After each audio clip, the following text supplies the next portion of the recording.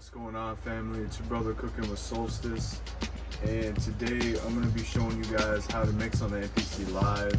Specifically in this video, I'm just going to be going over submixes, just so this video is shorter and you guys can really digest it easier.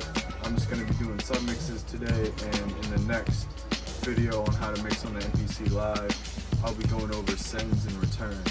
So without further ado, guys, let's get into the video.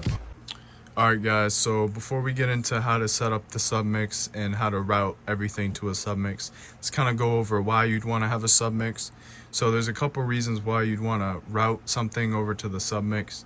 Is like, for instance, on this track right here, I have a drum break and the snares are a lot louder than the kicks, which I don't like, and it's not good from a mixing standpoint. You want everything to sound kind of similar volume wise and like relative to each other, like very close, and that's a problem since it's all on one track. All the sounds are combined together, they aren't like exploded out in like stems.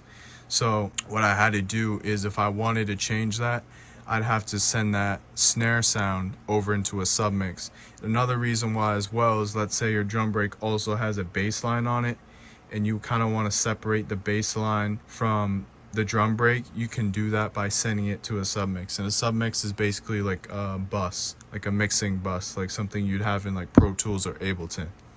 So what you're going to want to do to set up the submix is go into mix and go into pad mixer. So hit mix once, then hit mix again, and just make sure you're on the program that you want to have routed over to the submix. So for me, I'm on track number 8.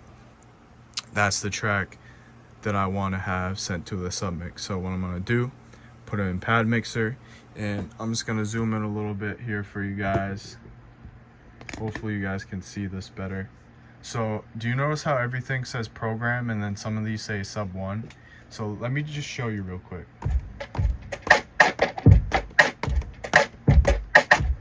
So this is the drum break that I chopped up into pieces, and right now this is under route. If you guys can see that, let me just zoom back out for a second.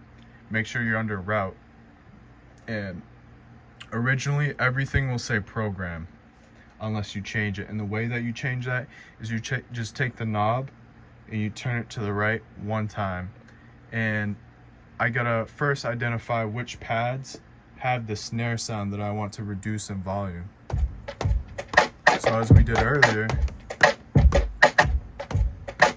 I'm hitting the pads and I'm identifying the snare sound that I want to reduce in volume and send to the sub. So every snare sound that I had that was like a majority of the sound was the snare, I just took it. I took the little encoder knob, turned it to the right once, and I sent it to sub channel 1. So next, what you're going to want to do is hit mix again, and usually it'll probably be on programs, just turn it to the right twice, or if you're on MIDI tracks, which is the first option in the mixing window, just turn it to the right 5 times, and you'll be in the submixing window. Next, what you're going to want to do is go into the submix number 1, which will have like a little orange square showing that it's whatever one that you're tapped on is the submix that you're currently working with. So the MPC only has 8 submixes. I think that's like a CPU limitation or whatever, which is plenty of buses to have to work with. And basically what I did is, you see this little master knob, master volume knob, I just reduced it. So let's play the beat first, and I'm gonna put it back to where it was. See how that's way too loud?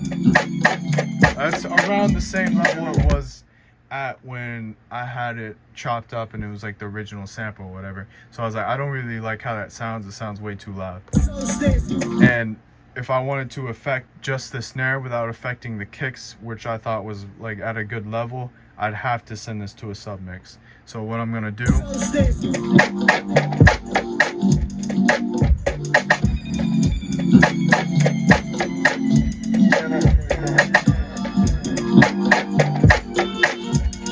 I just lowered the volume. You see how it sounds a lot better?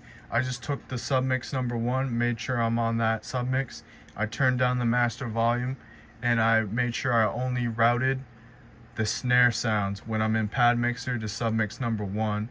Now I'm in submix number 1, and you also have the ability to put 4 inserts, which is like basically any effect that you would ever want on the MPC Live. Just look at all these effects. So you have so many different effects that you can put on to these submixes. So that's another little cheat code, is if you run out of like effects and you want to keep stacking more, you could just send your program to a submix and just stack another 4 effects. And that way you could put up to 8 effects on whatever program / track that you would want. Alright guys, so that's the video. I hope it helped and it made sense and you were able to understand why to use submixes and how to use them and send and route stuff over to the submix. And if it didn't, please leave a comment down below explaining what kind of issue you're having so I can try to help you out and address the problem. And if the video did help you out, please consider liking, commenting, and subscribing, as it helps my channel out a lot. Without further ado, it's your brother cooking with Solstice. Catch you in the next one. Peace out.